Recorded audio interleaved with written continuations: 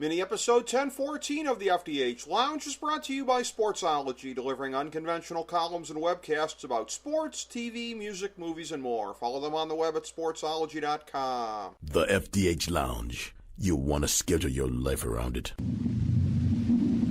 A long time ago, on a gloomy, wet Cleveland spring night, two men stand alone amidst the late-night drizzle. Their voices echo across the vacant station parking lot as they debate the merits of the great American radio show that have been missing for far too long. On that night, an idea was born. That idea became the FDH Lounge.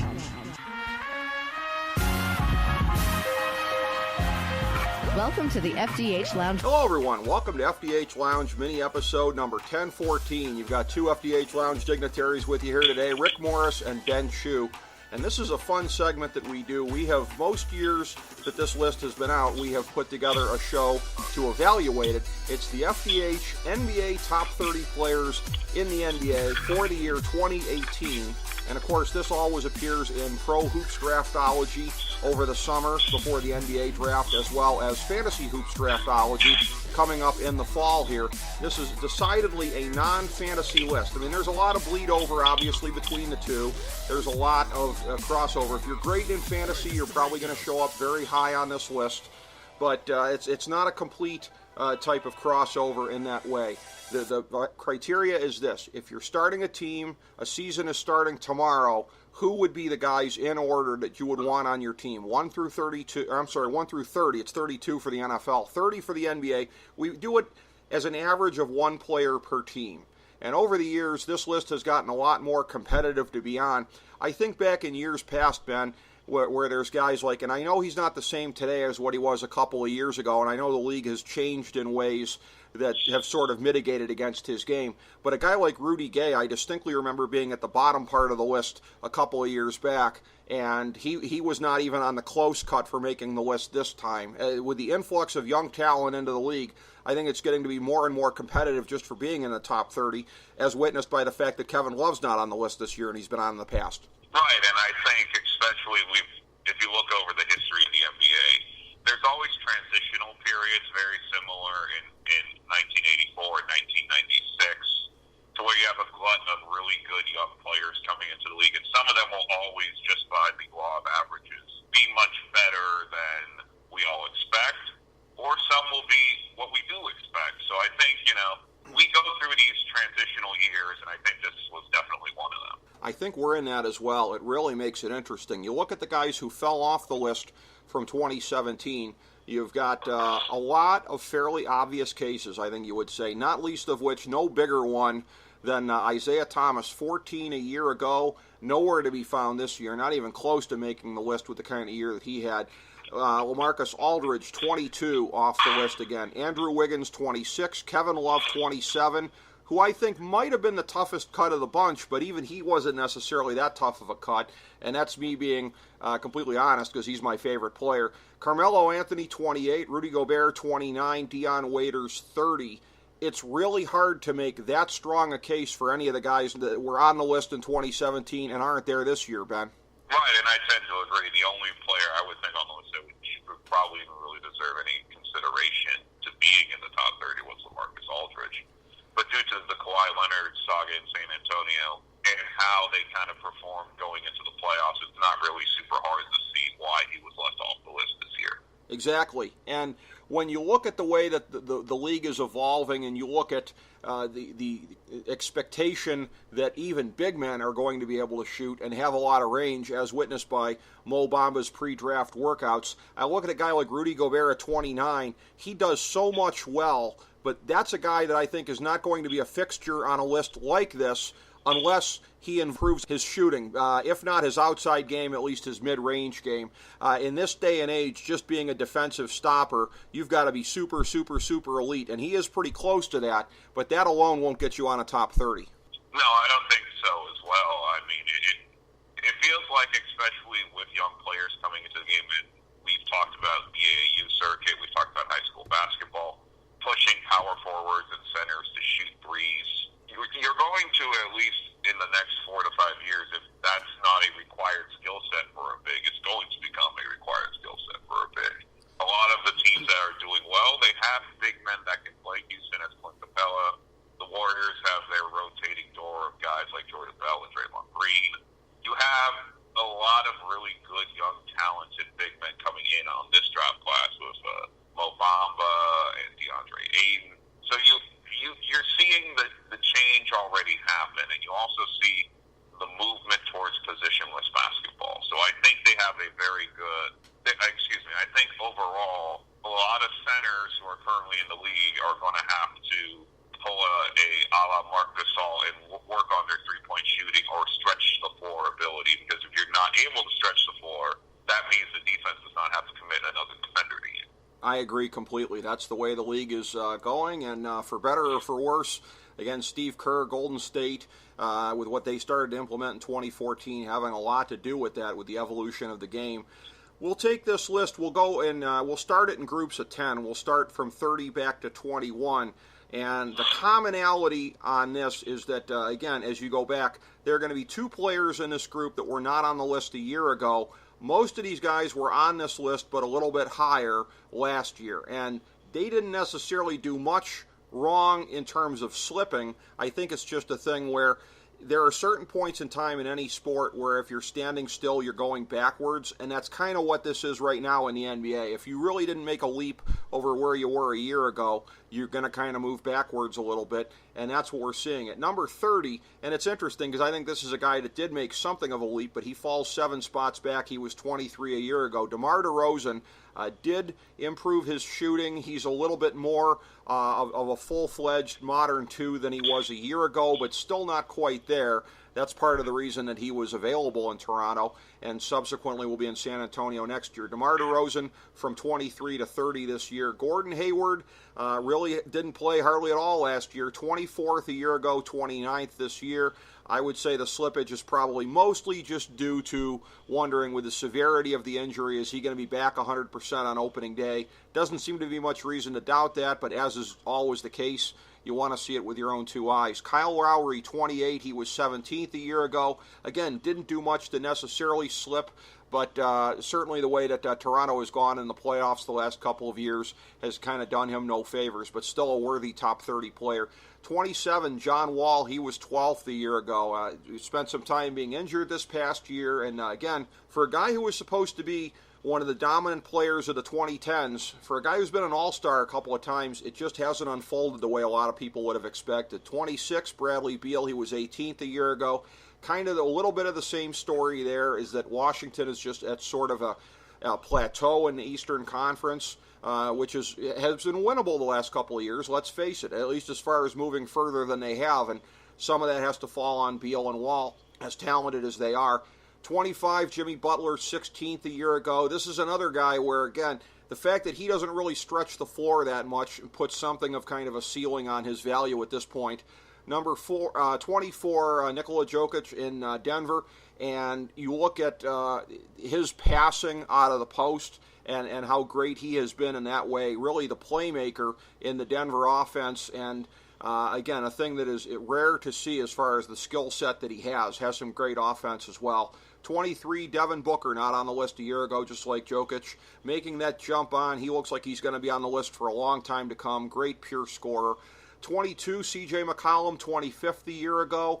He's a guy who, again, has made some advances in his game, continued to get better. One of the prisms he's viewed through, as with many of these players. Portland, kind of a disappointment in the playoffs this past year. They've hit a plateau, and you would know about that very well, Ben, being out there. So C.J. McCollum, a fixture kind of these days in the low to high 20s.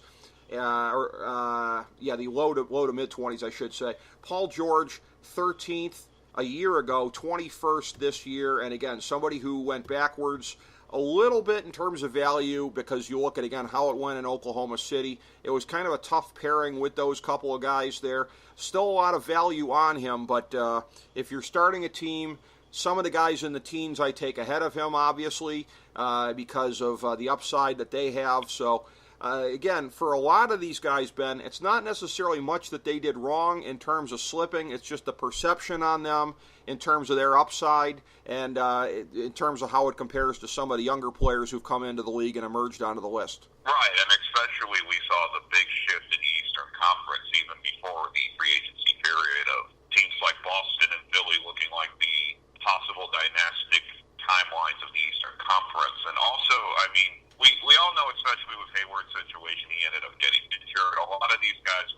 list. It's just predicated on playoff performance, and for young guys like Devin Booker and Nikola Jokic, just getting into the playoffs. And I'm pretty sure, at least for Denver in their upcoming season, barring an absolute collapse, they should be in the top 8 seeds out in the West. And Phoenix, considering how that team was built with Dean and Mikal Bridges in the draft, they're going to be much better this year. And it would not shock me if one of these weird scenarios play out where a couple teams that we think will get in don't get in, and teams like Philly and Denver get in instead. Absolutely, and I'm going to go a step further than that. I look at Denver. Excuse me, Phoenix and Denver.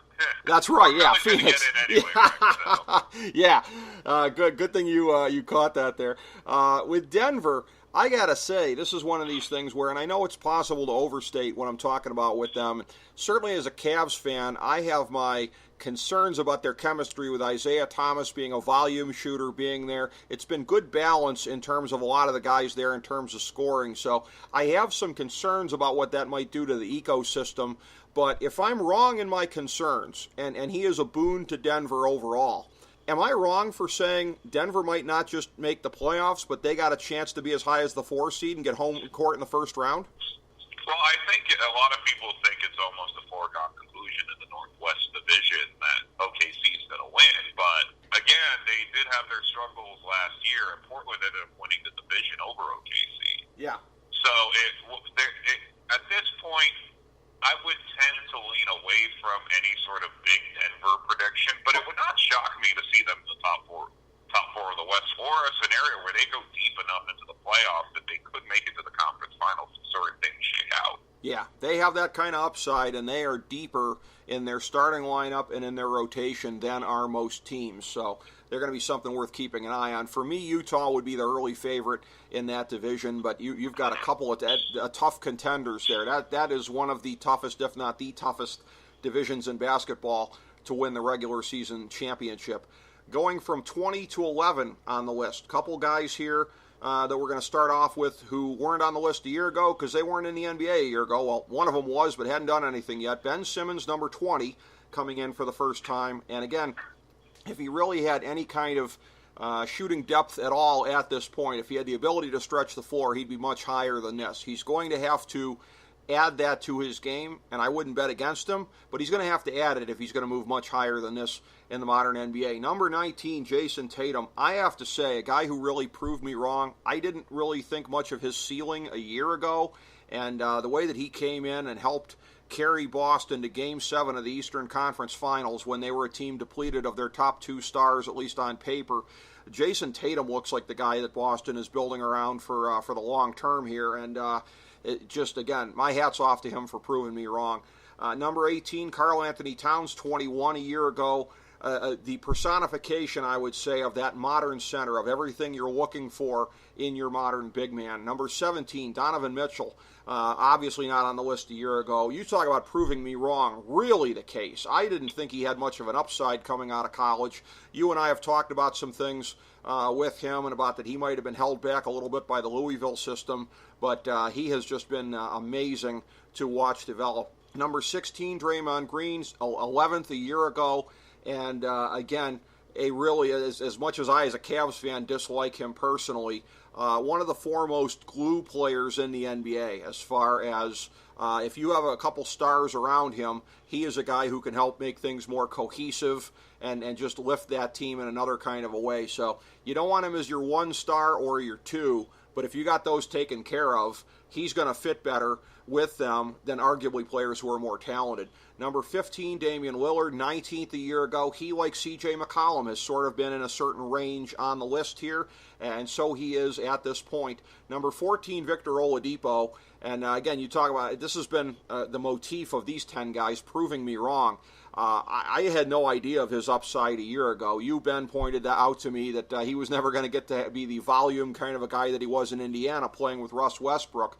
And again, Indiana looks like they won that deal going away, and a guy that they can build around, and has just been amazing in his first year in Indiana as the guy who was the center of the franchise. Speaking of centers, number 13, Joel Embiid, not on the list a year ago. That guy, when healthy, you talk about the modern center. Again, like Towns, the personification of it.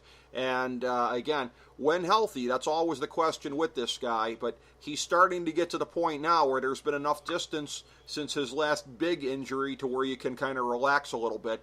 Speaking of centers and injuries, number 12, DeMarcus Cousins. This was one of the toughest ones to place, number 8 a year ago.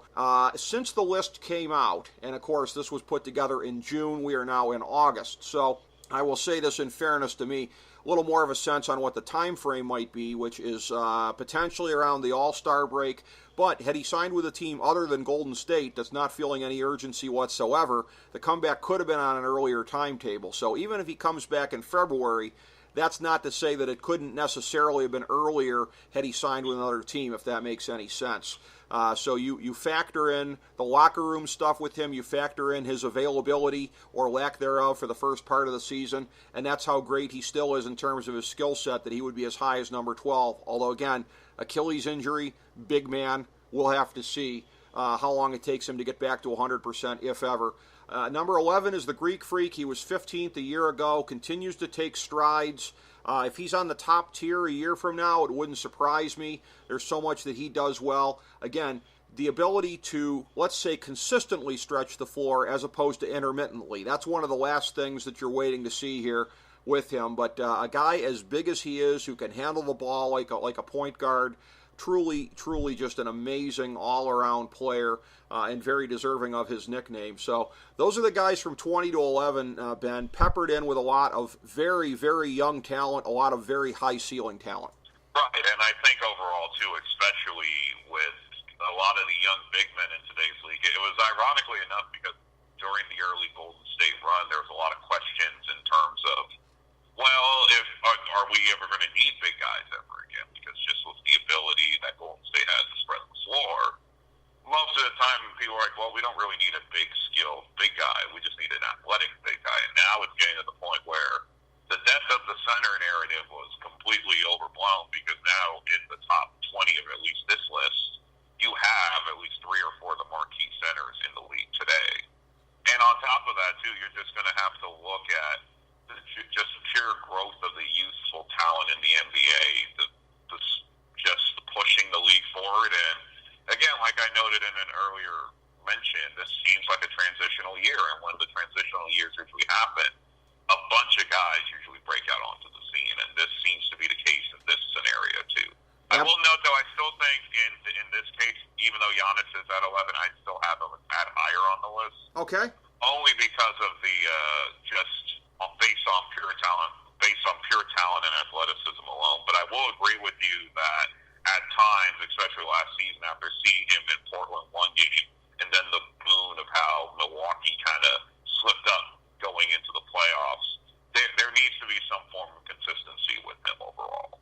Absolutely. You are right about that, and that is one of the things that's kept him from being a little higher on the list. But I expect him to be a fixture in the top 10 for most, if not all, of the next decade. Before we start at number 10 here, we'll go 10 to 6 because the first tier starts at number 5. There's a top tier 1 through 5. The second tier is 6 through 30 on the list because that was how we had it bunched up.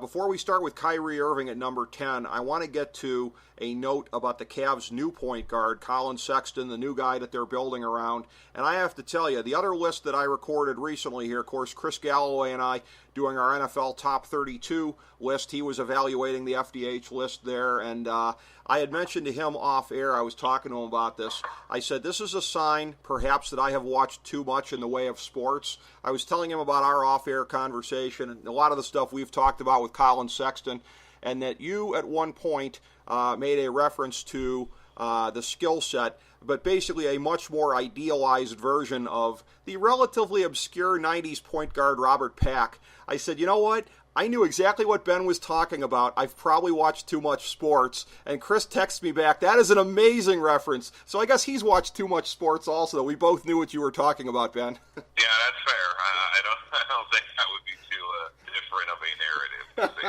the least. Yeah. But anyway, I mean, I think that always just is the narrative that Robert guys, and I think he kind of gets lost on those early '90s Denver teams. But you have to remember that he was really a good player. Oh yeah.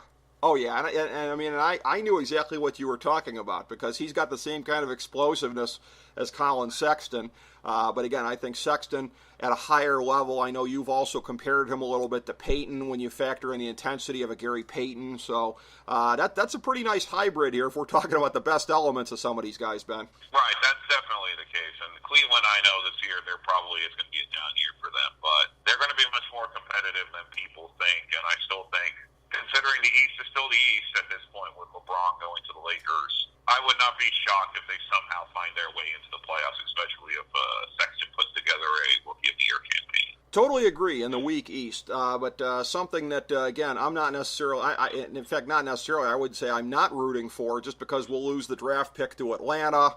And I think this team needs one more high draft pick going forward, even if, as we've talked about previously, if Billy Preston somehow works his way into it. But the guy who started, how's this for putting a burden on him, who started the crumbling of the past incarnation of the Cavs. Talk about looking at the glass half empty as far as half full, though, because he's the guy who hit the game-winning shot to win the 2016 title. But in 2017, after the season, he demanded a trade. He went to Boston. Kyrie Irving, number 10 on the list, 9 a year ago. Staying as high as he is on pure talent, on upside, the ability to he's never had a chance to really carry a team and make it a really good team. It didn't happen for his first couple of years in Cleveland, but he was on a good track in Boston, obviously, until he got hurt.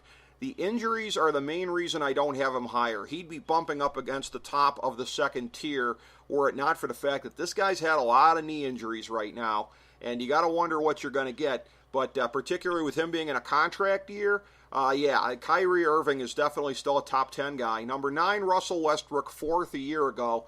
Again, a superlative year on paper, but I think, again, and this is a controversial take from people who just want to look at the triple-doubles, but to me the bloom is off the rose for this guy as far as being a winner because, again, you look at what's happened, and you pointed it out to me, Ben, that as players have gotten away from him, Victor Oladipo is just the most obvious and visible example of that. But players don't tend to get better when they're playing with Russ. And as talented as he is, that's why I don't have him higher on the list. He'd been on the top tier previously. He's not now. Number 8, Chris Paul. He was 20th a year ago. And this is a guy where, again, there's a lot of city miles on this guy. So I think me having him 20 a year ago, I think I'm always just expecting maybe there's going to be a drop-off here at some point. And in terms of what he is physically, there probably is a little bit of that. You're not going to be that machine that you were forever. But as he's gotten smarter, he's kind of done the whole LeBron kind of a thing, that he's added more to his game in a cerebral kind of a fashion. And playing with James Harden really tended to revitalize him. Number 8 on the list. Number 7, Klay Thompson, 10th a year ago. It's funny because he's been in more or less the same spot the last couple of years. And I think it was 2 years in a row he was just one spot behind Kyrie Irving. And you look at Kyrie falling a little bit because of the injury question. Same thing with DeMarcus Cousins, who was just ahead of him. Klay Thompson, it's sort of the opposite of guys in the 20s who fell a little bit, not because they necessarily did anything wrong, but guys emerged in front of them. Klay Thompson, to me, is more or less the player he was a year ago. He's just a little higher because a couple of the guys in front of him kind of slipped on a banana peel a little bit. Number 6, Kawhi Leonard, 5th a year ago. The major difference is he's not on the top tier right now because, again, to a certain extent where his head is at with everything that's gone on with him in the last year, but also, again, physically. Is there more wrong with this guy than most of the doctors have tended to indicate? And the answer is probably no. But you know what? The last guy who I remember there being this big of a controversy about was Derrick Rose. So whether Derrick Rose was right at the time or not, that he was worse physically than the doctors tended to know, all I know is it was all downhill for his career from there. So I tend to believe Kawhi Leonard is pretty much back to 100%. I wouldn't have him as high on the list as I did otherwise. But he's not in the top tier just because I can't put him in the top tier after a year like he had. There's just those lingering questions there that he himself has fueled. So from 10 to 6, a very interesting, very by and large backcourt-oriented group of players. Right, and it's also interesting, too, that these are still a lot of the elite players, but it still feels that maybe outside of Chris Paul, everyone kind of just backslid a little bit just based off playoff success and just overall issues with health in their season overall. But it's always interesting, especially when you see a big shift of a lot of these young guys coming into the league playing well. And then you see some of the old guards start to slip back a little bit. And just to get to the narrative, especially with Paul and Westbrook, the question for them moving forward is playoff success again. And despite, Paul putting in a gutsy effort in that Western Conference Finals, it's still going to be seen that his body betrayed him at the end of that series. And if they had gone to the NBA Finals, I think a lot of the doubts that a lot of people had about Chris Paul would have been changed in terms of just overall playoff success. And with the whole Russell Westbrook situation now is that we're going to see, because this seems to be the first real year after Harden and Durant have left, where he's had another premier player alongside him in Paul George that will possibly allow him to grow as a player. The real question is ultimately going to be will Billy Donovan be able to figure out an offense that will keep Westbrook happy and making him mobile and doing all the things that he does well? Or eventually is we just going to defer back into Russ mode? And we've already seen, just based off statistics alone, Russ mode does not work. That's true. That's absolutely right.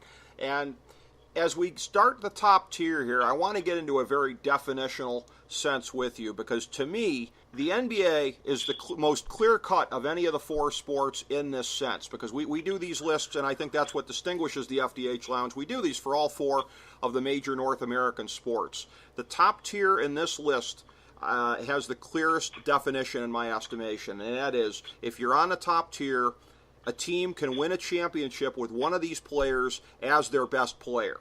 And again, that hasn't happened with all of these players on the list, as we will get to. But in terms of winning a championship in the NBA, unless you are going to be one of those outliers like the 2004 Pistons, and those don't come along very often, you have to have a player who's on the top tier of players in the NBA. So that's the whole thing here, too. In terms of this line, in terms of guys who are just below that, they're guys who haven't ascended to that yet, Ben. The guys who are above this line, and there's a player here that we're going to start the list with who just got above the line this past year.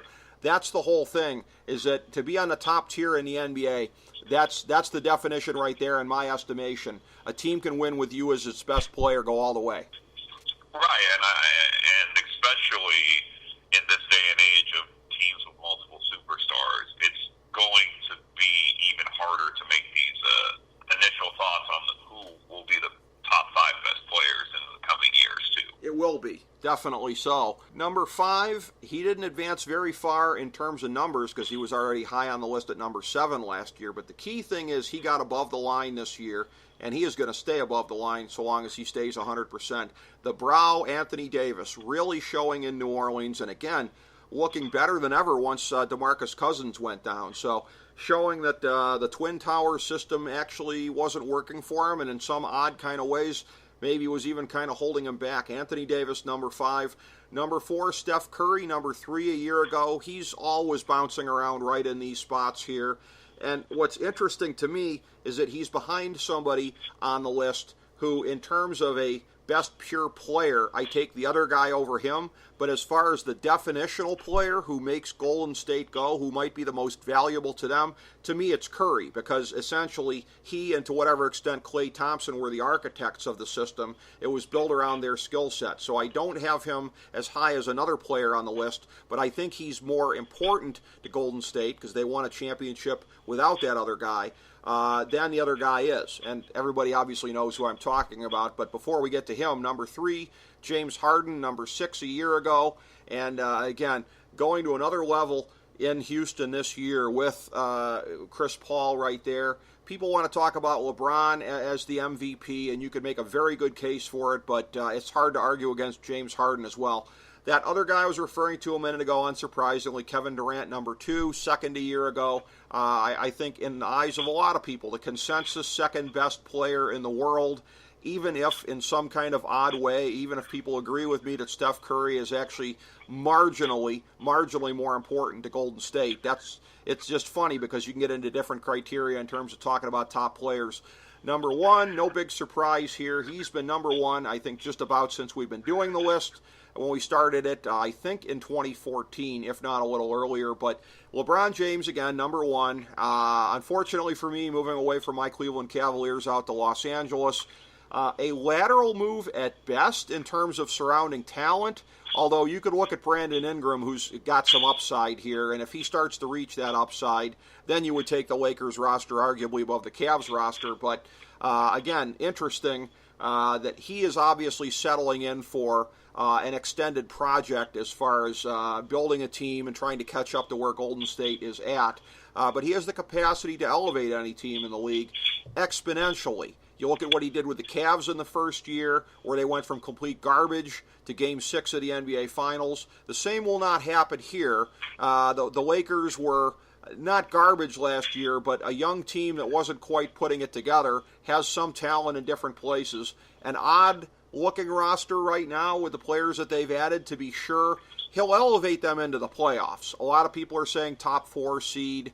I don't know if I believe that, but he'll elevate them into the playoffs.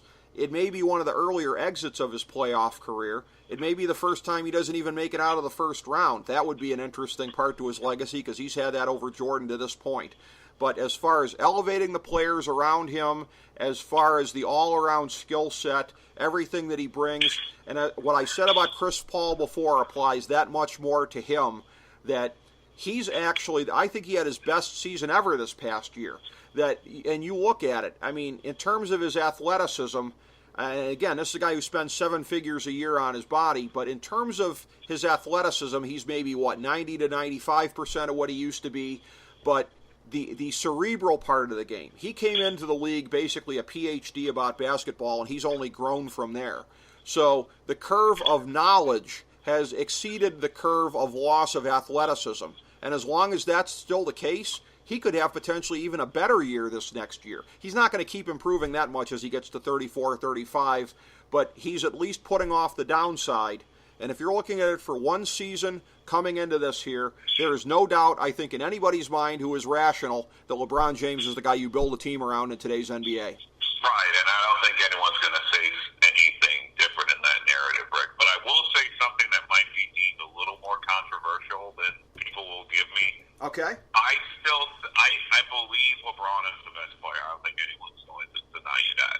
But I'm going to note this for the fact I think I would rather, at this point of their careers, I would much rather have Kevin Durant at this point, just for his abilities on the court to score, be a number one option when you need him to be, play good defense in the post. At this point of their careers, I would rather have Durant's all-around capabilities than LeBron's capabilities at this point. And there's an argument you could even make that Durant is more valuable to his team overall than anybody else. There's an argument you can make that. Yeah, and let's stay on that, because by definition, you are differing. You would put Kevin Durant at number 1, LeBron at number 2. So that is, again, you look at the I won't even say weaknesses really, because it doesn't even really come into play. You'd be nitpicking when you're talking about guys on the top tier, but the relative strengths that they bring here. So as far as Durant's ability to take over a game on his own, that clearly is something that you seem to be, if I'm reading you right, valuing above LeBron's capacity both to do that and his capacity to make others around him better. You're saying that Durant is so blinding in terms of what he can do on the court that that's the main thing that you would take over LeBron? I just think the only specific thing I will take over LeBron at this point is I think Durant's scoring ability. Yes, because undeniable. I think there's more ways that Durant can beat you in terms of than LeBron can beat you. Despite LeBron, I will note, last season his three-point percentage definitely went up. Yes. And he has improved his game tenfold across the board. The question I ultimately have is that in today's NBA, is having one do-it-all guy more important than a guy who can at least get you those key crunch time baskets, which Durant has shown in the last 2 NBA Finals that he can't do? Yeah, that's a very interesting question. All right, so let's take it a step further before we wrap this thing up. Sure. Durant and Curry. Who do you think, do you agree with me that Curry is perhaps marginally more important to the specific Golden State team, and that would be the exception to the rule as far as if you could only, let's say, take one player off of the team, or how do you see that? Well, I think it's very interesting with Golden State overall because their team has gone. We've seen, and this is why I think Steph Curry's overall career in the NBA is probably going to be the most interesting career in league history when it's all said and done. But I don't disagree with you because I still believe just with what Curry was able to do in those 2 seasons that I don't think you would argue that he's more important than Durant because I think Durant is a bigger threat and is more of a problem for teams than it is. But Curry, essentially, I still think he has that sort of swagger about him that he can hit a 35-footer in your face every time out on the court. And that is demoralizing to teams. And that's what a lot of people, I think, saw when Durant eventually went to Golden State, was that the issue for Golden State at the time was that they didn't have a do-it-all big guy that could score. Like, Draymond Green was a great player, but he was not an all-around scoring threat under most circumstances. But at this point of their careers, I would say Durant by a hair, but my major issue, and I think you might agree with me, Rick, is that Stephen Curry just still has that aura about him. That if he's in a game, he can go for 30 or 40 points at will. He does, and it's a funny thing, too. Last note that I have here on this, because you were part of the balloting that we did in the last several months for the NBA top 10 players of all time, where we were going through and making out our top 10 lists and honorable mention lists. And, again, Curry, with an incomplete career at this point, didn't score that high. He did end up in the top 25 overall, which I suppose is to be expected, but when you look at his career, I think one of the things that is going to be, and like you said, he's going to be an interesting guy to judge historically, and one of the marks that he's going to get next to him in the history books that I can't almost think of anybody else in history as far as being a transformational type player. I guess you could look at it that Bill Russell, maybe to whatever degree, well, Russell and Chamberlain more or less coming into the league at the same time. They sort of begat Kareem, who sort of begat some of the modern centers. But when you're looking at changing the overall game and everything as far as how it's played, there are so few players really that have ever done that. As dominant as Jordan was, there was Dr. J before him. He added a little better shooting than Dr. J generally had. But Curry, as far as being a guy who helped change the very texture of the game, that's going to be something that's going to weigh heavily for him in the history books. Right, and I think one of the ironies and the one real narrative that you have to give credit to Curry's career just overall is that if you look at it, he's essentially had 2 careers in one. Right. And outside of Will, I can't think of another player that's had that sort of narrative about them. I mean, he was the best player on arguably one of the greatest teams of all time. And now you could make the argument he's the second to third fiddle at times with the team. But he is just such a talent, and just his team is so dominant at this timeline that I think a lot of us have the question of did Curry ultimately make the right decision? Because I think his legacy and his star power could have been. Because right now, the one thing that you can say about Golden State, Rick, is that they're a team and they win as a team and they win titles as a team. But I think a lot of us do have to wonder if Curry doesn't get injured that often, would he have deferred to have Durant come on board at some point? And the question would be, if Curry was fully healthy this entire time, would he be the best player in the league? And at this point, you can't say that because you're not going to put him over Durant, who's on his own team, and you're not going to put him over LeBron. And that's why I just think what makes Curry's story that much interesting. In comparison to Wilt was a dominant scorer in the early 60s and had his own issues about winning titles, but later in his career, he changed his game. He became a rebounding and an assist guy. Yep. He still was able to put the ball in the basket, but he completely changed his ability. And I can't think of another player who's gone through a bigger transformation than Will outside of Curry. And the question we all have to ask is that, let's say Durant ultimately beats that team, and then Cleveland beats OKC in that NBA Finals. Durant probably never leaves. Do we see Curry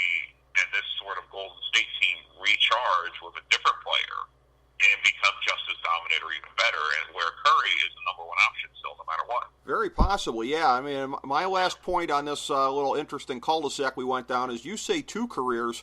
I say 3 because prior to 2014, part of it was the way that he was breaking down even more at that time, but pre-Steve Kerr, he was an excellent player, an all-star, one of the best players in the league, a guy that you could comfortably slot on this top 30, but nowhere near considered being one of the greatest players of all time, much less a top-tier player today. So Steve Kerr getting there in 2014 and fully unlocking him, this is where it's really sort of the synergy, as was the case, say, Phil Jackson and Michael Jordan or that kind of thing here. Steve Kerr and Stephen Curry, the combination of them there, that ended the first act, which was more forgettable, opened up the dynamic second act, and now he's in the third act, where, as you say, arguably he's the second banana.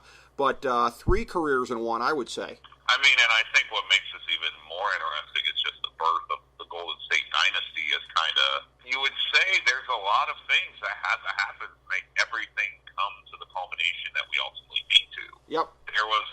There's a lot of things, there's at least, I could argue, 6 or 7 different things that had happened in the league that could have ended the Golden State dynasty before it even started.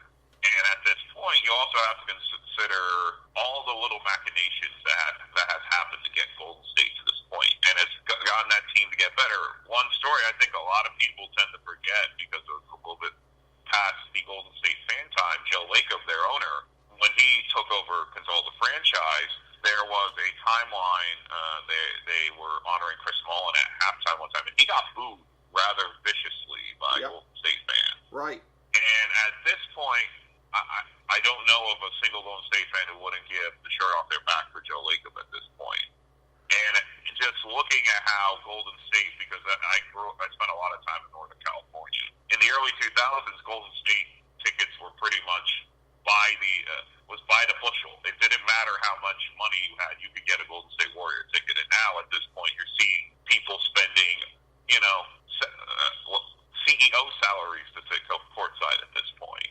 Yep. And it's incredible to see how just a couple of things created arguably one of the more dominant dynasties we've seen in the history of the league. It is, and as somebody who both has to watch basketball games that he announces, as well as looking what happened at Golden State after he left, for 2 reasons I wish Mark Jackson hadn't worn out his welcome in Golden State, Ben.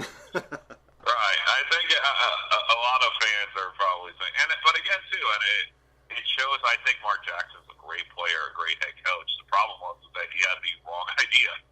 And it happens. I mean, especially in professional sports, errors are made. But at the time, I think looking afterwards, it seems very bizarre that you have Curry and Thompson, and you decided to focus on defense.